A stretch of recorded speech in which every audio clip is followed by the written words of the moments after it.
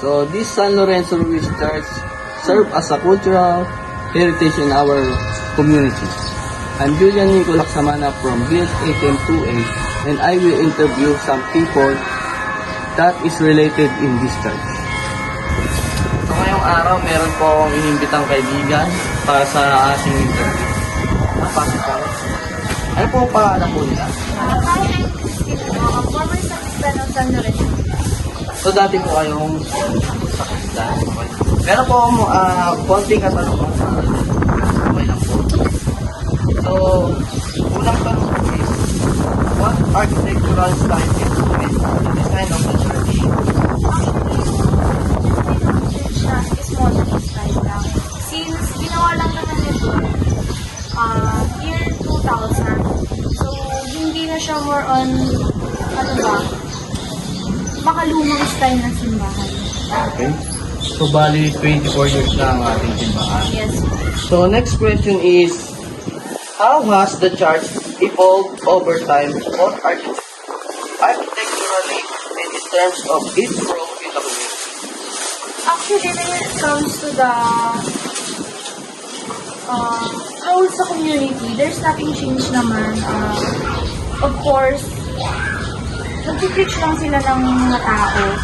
And sa sa design, nababago lang siya. Depende dun sa pag-build ng church kasi syempre kailangan natin i-preserve yung church.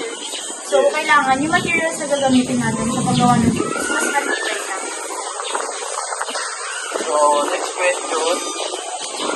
How has the Catholic Church adapted to modern society over time?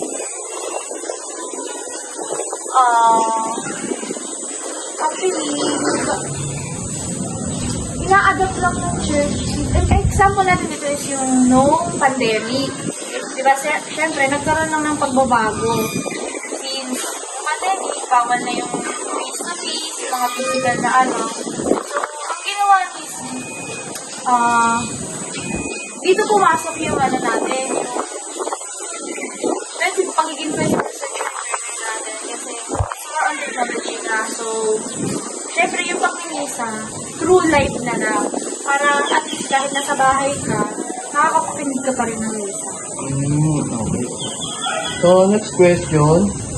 Can you share any interesting stories or legends associated with the church? Actually, this church, according to my parents, nag-start siya sa chapel.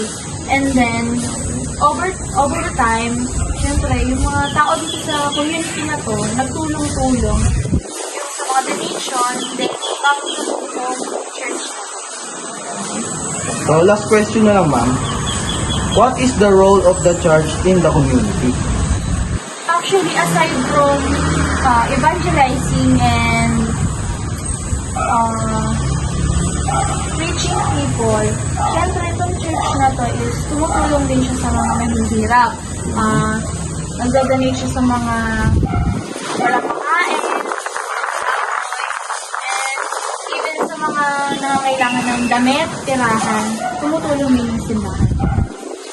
Maraming salamat po.